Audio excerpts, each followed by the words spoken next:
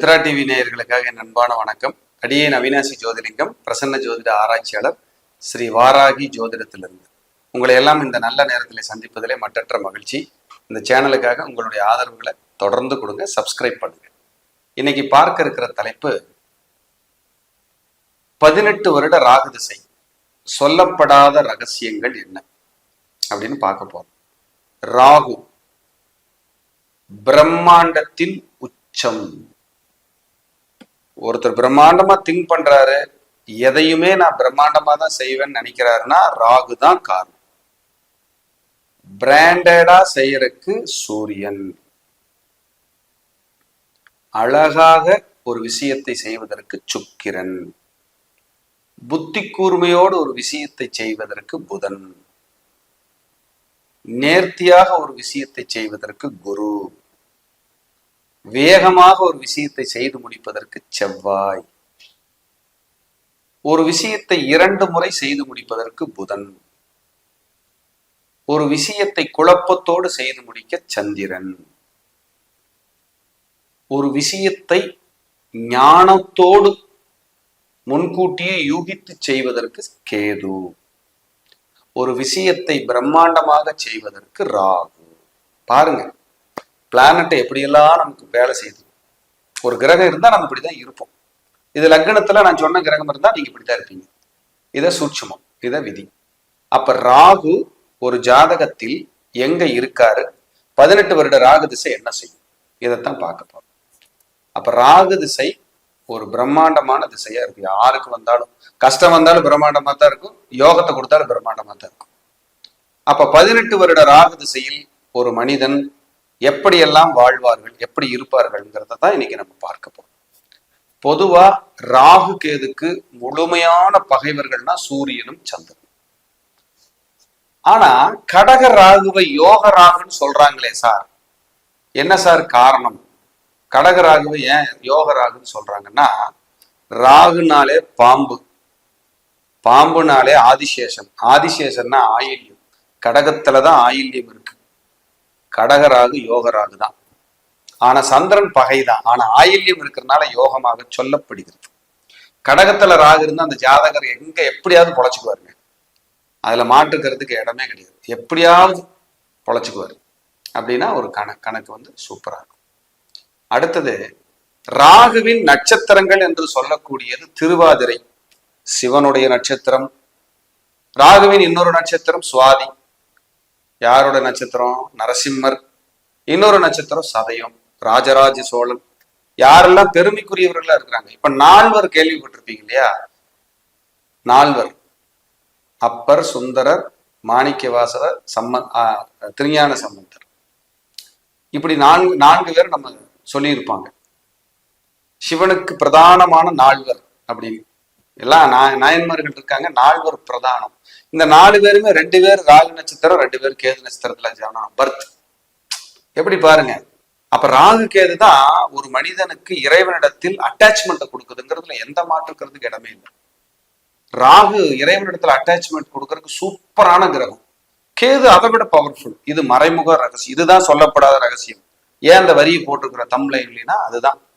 அப்ப ராகு இருந்தால் ஞான மார்க்கமும் பிரம்மாண்டமாக சித்திக்கும். சிம்பிளா இல்லை. கேது இருந்ததுன்னா ஞானமே உலகம்னு வாழ்றது. யாருக்கெல்லாம் சனி கேது சேர்க்கை இருக்குதோ சன்னியாச வாழ்க்கை வாழணுங்கிறது பிரியம் ஜாஸ்தி ஆயிடும். யாருக்கெல்லாம் ராகு சனி குரு ராகு இவங்கெல்லாம் இறைவனை அதிகமா தேட ஆரம்பிப்பாங்க. செக் பண்ணிக்கங்க எங்க ஜாதகத்தை, தான் இருக்குமே கையில. நான் ஒன்னும் பேசணுங்கிறதுக்காக பேசல, இருக்கிறத ஆராய்ச்சி பண்ணுறத சொல்றேன். செக் பண்ணிக்கங்க. அப்ப இந்த 3 நட்சத்திரங்களும் ராகுவின் நட்சத்திரங்கள். ராகு எங்கெங்க இருந்தா நல்லது? மேஷம், ரிஷபம், கடகம், கன்னி, மகரம். இந்த வீடுகளில் ராகு இருந்தால் பலம். பொது கருத்து. உங்க லக்னப்படி 3, 6, 10, 11 ராகு இருந்தா யோகம். 10ல ஒரு பாவியாவது இருக்கணுங்கிறாங்க. ஏன் 10ஆம் இடத்துல ஒரு பாவியாவது இருக்கணுங்கிறாங்க? அது எப்படி சார்? அது தொழில் ஸ்தானம். பாவி இருந்தான்னா முடிச்சு கட்டிட மாட்டானா? அது என்ன பாவி இருக்கணும்? சுபர் இருந்தால் ஒரு தொழிலை செய்வதற்கு 1000 யோசனை யோசிச்சுட்டு இருப்பாங்க. இறங்கலாமா வேண்டாமா, போப்பா, ஐயோ எனக்கு பயமா இருக்குது. 10ல பாவி இருக்கிற ஆளுங்களை பாருங்க. சனி, செவ்வாய், சூரியன், ராகு, கேது வந்தா வருது, போனா போதும் குதிச்சிருவாங்க. அதுக்குதான் 10ல ஒரு பாவியாவது இருக்கணும். 10ஆம் இடத்த ஒரு பாவியை வந்து பார்க்கணும். அவங்கெல்லாம் போல்டா இறங்கி அடிப்பாங்க தொழில்ல. 10ல ஒரு கிரகம் இல்லை, 10ல ஒரு பாவியும் பார்க்கலன்னா இருக்கிறது போதும்டா சாமி, சரி சிவனேன்னு நான் போறேன், சிவனேன்னு நான் வரேங்கிற மாதிரி போயிட்டு இருப்பாங்க. இதுக்குதான் 10ல ஒரு பாவியாவது இருக்கணுங்கிறது. எவ்வளவு இதெல்லாம் தான் சொல்லப்படாத ரகசியங்கள். சும்மா தலைப்பு நம்ம போட முடியுமா? இதெல்லாம் நீங்க தெரிஞ்சுக்கிறதுக்காக நம்ம சொல்றோம். அப்ப ராகு 5ஆம் திசையாக யாருக்கு வருதோ அவங்க கவனம், ரொம்ப கவனமா இருக்கணும். 5ஆம் திசையா வரவங்க யாருக்கு சார் 5ஆம் திசையா வரும் அப்படின்னா, ராகு வந்து சுவாதி நட்சத்திரமா, அதுக்கு முன்னாடி இருக்கிறது யாரு சித்திரை, அதுக்கு முன்னாடி இருக்கிறது அஸ்தம், அதுக்கு முன்னாடி இருக்கிறது உத்தரம், அதுக்கு முன்னாடி இருக்கிறது பூரம். யாரெல்லாம் சுக்கிரனின் நட்சத்திரங்களான பூரம், பூராடம், பரணியில் பிறந்தாங்களோ இவங்களுக்கு 5ஆம் திசையா ராகு திசை வரும். சுக்கிரன், சூரியன், சந்திர, செவ்வாய், ராகு 5ஆம் திசையாக வரும். அப்போ இவர்கள் எல்லாம் ஜாக்கிரதையாக டிராவல் பண்ணும், கவனமா இருக்கும், நிதானமா போகும். இல்லைன்னா ஏதாவது ஒரு ரூபத்துல உங்களை டிஸ்டர்ப் பண்ணிக்கிட்டே இருக்கும். இப்ப பாருங்க, ஒரு பெண் ஜாதகம் இருக்கு, பரணி, பூரம், பூராடத்துல 4ஆம் பாதத்துல கடைசியா பிறந்துட்டாங்கன்னா ராகு திசை குயிக்கா வந்துடும். இவங்கெல்லாம் திருமண வாழ்க்கையில அந்த கேப்ல வரும், இவங்கெல்லாம் அந்த 5ஆம் திசையா வரும். அப்ப கவனமா இருக்கும், நிதானமா போகணும் அப்படிங்கிறது ரொம்ப ரொம்ப முக்கியம்.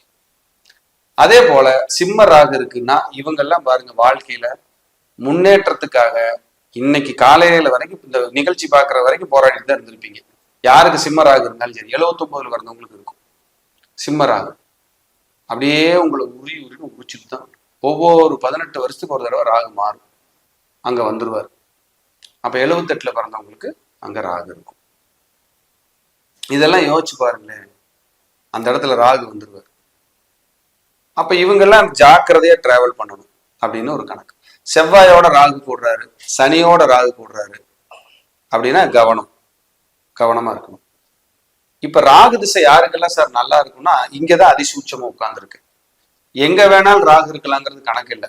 ஏற்கனவே சொன்னது போல 3, 6, 10, 11 உபஜயஸ்தானம், குருவின் பார்வையில் ராகு, குரு கூட ராகு, ஏதோ ஓரளவுக்கு வண்டி ஓடி இருக்கும். குரு ராகு திசை நடக்குதுன்னா ராகு யாரோ ஒருத்தர் பார்க்கணும், பார்த்தா தான் அவர் கொஞ்சம் திருப்தியா நகர்த்துவார். பாவிகளே கூட பார்க்கட்டும், அப்படியே ஓடிட்டு இருக்கு வண்டி, இல்லைன்னா டிஸ்டர்ப் தான். ஏன்னா ராகுக்கு இண்டிவிஜுவலிட்டி. இப்ப பாம்பு தான் ராகுங்க, யாருமே பாம்பை பார்க்கல, அங்க யாருமே ஆள் இல்லைன்னா அந்த பாம்பு என்னென்ன பண்ணும், தனக்கு தெரிஞ்ச சேட்டைகளை பூரா அங்க பண்ணிட்டு இருக்கும். அப்படி ஏறும் இறங்கும், கோழி இருந்தா பிடிக்கும், முட்டை இருந்தா முழுங்கும், இதெல்லாம் பண்ணும்ல. அப்ப யாராவது பார்த்துட்டு இருந்தா தவறு செய்வது குறைவாகுங்கிறதுக்காக சொல்லப்படாத ரகசியங்கள்னு நீங்க எடுத்துக்கணும். அப்ப ஏதோ ஒரு கிரகம் ராகுவை பார்க்கணும், பார்த்தா தவறுகள் குறைக்கப்படும். இல்லைன்னா இந்த ராகு திசை சீக்கிரமே வர்றதுல யாருக்கு வந்துடும்னா, இளமையில கார்த்திகை, உத்திரம், உத்திராடம், ரோகிணி, அஸ்தம், திருவோணம், மிருகசீரிடம், சித்திரை, அவிட்டம், இவங்களுக்கெல்லாம் இளமையில் ராகு வரும். இவங்களுக்கெல்லாம் இளமையில் ராகு, இவங்கெல்லாம் ஜாக்கிரதையா இருக்கணும், இல்லைன்னா குணக்கேடு வரும். கவனமாக, ராகு பிரம்மாண்டத்துக்கானது. ஒட்டுமொத்த சுகங்கள் உலகத்துல என்ன இருக்கோ அதெல்லாம் ஒரு கை பார்த்துடலாம். போதை வஸ்துக்கள் எல்லாமே ராகு. ஒரு விஷயத்தில் மகிடிக்கு எப்படி பாம்பு மயங்குகிறதோ அது போல ஒரு விஷயத்திற்காக நாம் மயங்குகிறோம் என்றால் ராகுவே காரணம். அது போதை, பெண்கள், மோகம், போகம், உணவு, செல்போன், லேப்டாப், நவீன ரக இயந்திரங்களுக்கு பூரா ராகு தான் சார் காரணம். சார் இல்லாத எக்யூப்மெண்ட்ஸ் என்கிட்ட தான் சார் இருக்குன்னு நீங்க மாறுதட்டினீங்கன்னா நீங்க ராகு ஆதிக்கும். யாருகிட்டையுமே இல்லாத போன் ஒண்ணு நான் வச்சிருக்கேன்னா நீங்க ராகு ஆதிக்கும். வீடை இன்டீரியர் பண்ணி பக்காவை டெக்கரேட் பண்ணி யார் வீட்டுல இல்லாத மார்பிள் நான் போட்டிருக்கேன்னா நீங்க ராகுவோட ஆதிக்கும். எப்படி பாருங்க, ஒன்று மாறுகிறது, இயற்கைக்கு மாறாக செயற்கையை பொருத்தி ஒன்னு பில்டப் பண்றாங்கன்னா ராகு தான். செயற்கைத்தனம், test tube baby, plastic surgery, pacemaker, மூட்டு அறுவை சிகிச்சை, கல்லீரல் மாற்று அறுவை சிகிச்சை, கிட்னி டிரான்ஸ்பிளான்ட், இந்த மாத்தி பண்றது, வேற இன்னொரு செயற்கை கொன்றது, இன்னொருத்தரோட உறுப்பை பொறுத்துறது, இதெல்லாமே ராகுவோட ஆதிக்கம் தான். இதெல்லாம் கிரகம் தான் இங்க உட்கார்ந்து இருக்குங்கிறதுக்கு இதெல்லாம் ஆதாரம். ராகு திசை பாருங்க எவ்வளவு ஒரு விஷயம். இதே ராகு ஒரு மனிதனை உச்சத்திற்கு அழைத்து சென்றவர்களையும் நம்ம பார்த்திருக்கிறோம். 10ஆம் இடத்துல ராகு இருக்கிறவங்க, அதை குரு பார்த்தவங்க, கூட சனி சேர்ந்தவங்க எல்லாம் இன்னைக்கு தொழில்ல உச்சபட்ச உயரத்தை அடைஞ்சிருக்காங்க. என்கிட்ட ஜாதகம் இருக்கு, அந்த நபர்களுக்கு நான் பார்த்திருக்கேன். அப்ப எவ்வளவு பெரிய ஒரு வேலை பாருங்க. இந்த ராகு திசை சாதாரண விஷயமே அல்ல. ராகு நிழல்னு சொல்றோம். அப்ப ராகு தோஷம் நீங்கணும்னா மரக்கன்று தானம் பண்ணுங்க. மரம் தான் நிழல் தரும். மரக்கன்று தானம் பண்ணுங்க. மரத்தடி விநாயகரை கும்பிடுங்கள். மரமே தெய்வமாக எங்க இருக்கிறதோ அங்கே சென்று வழிபடுங்கள். மரமே தெய்வம் சார். மரமே தெய்வம். உத்தரகோச மங்கையில இழந்த மரம் இருக்கும், 3000 வருடம் பழசு, சிவன் கோயில்ல. அதை தெய்வமா கும்பிடுறாங்க. மரமே தெய்வம்.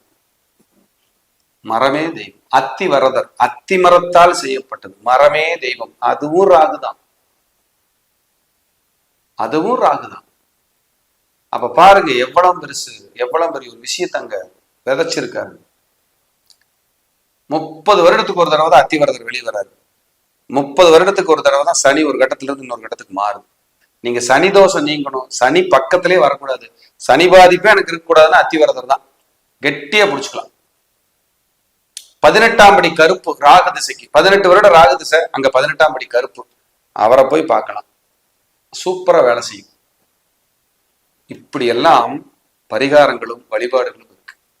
உக்கிரமான தேவதை காளி, ருத்ரன், சரபேஸ்வரர், வாராகி, பிரித்யங்கரா, இப்படி உக்கிர தேவதை வழிபாடு.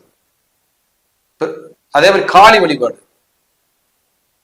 அதே போல வனதுர்கை வழிபாடு. வனங்களுக்குள்ள இருக்கிற காளி, துர்கை. சார் உங்க ஜாதகத்துல சனி ராகு சேர்ந்திருக்குன்னு வச்சுக்கோ. உதாரணத்துக்கு சனி வனம், ராகு காளி.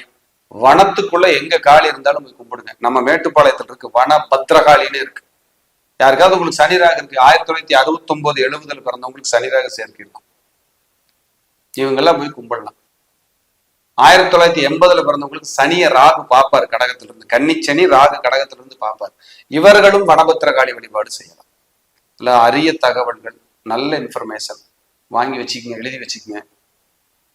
என்கிட்ட நீங்க ஜாதகம் பார்க்க வரணுங்கிறதுக்காக ஒரு 100% அது பேச வரல. என் சப்ஜெக்ட் உலகம் பூரா போகணும், தெரிஞ்சுக்கணும் எல்லாரும். ரொம்ப நாளைக்கு யாரும் எதுக்கு போறதில்லை. மித்ரா டிவின்னு ஒன்று வந்துச்சு, நல்ல விஷயங்களை அவினாசி ஜோதிலிங்கம் சொன்னாரு, எங்களுக்கு பயனுள்ளதா இருந்து நீங்க நல்லா இருந்தீங்கன்னா ஹாப்பி, மகிழ்ச்சி. அதுதான் என்னுடைய அன்பான ஆசை. ஏன்னா பிறந்தோம் வளர்ந்தோம் போனோம்னு இல்லாம ஒரு விஷயம் நாலு பயன்படுதுன்னா ஹாப்பி தான். மறுபடியும் சொல்றேன், உங்க வீட்டுக்கு பக்கத்துல உங்களுக்கு தெரிஞ்சவங்க, உங்க வெல்விசர், உங்க குடும்ப ஜோதிடர் இருந்தா அங்கேயே நீங்க பார்த்து உங்க பலன்களை தெரிந்து கொள்ளுங்கள். ஏன்னா என்கிட்ட சிலர் கேட்குறாங்க, சார் 10 நாளாக கூப்பிட்றேன் சார், அப்படியான பெரிய ஆள் நான் கண்டிப்பா இல்லை.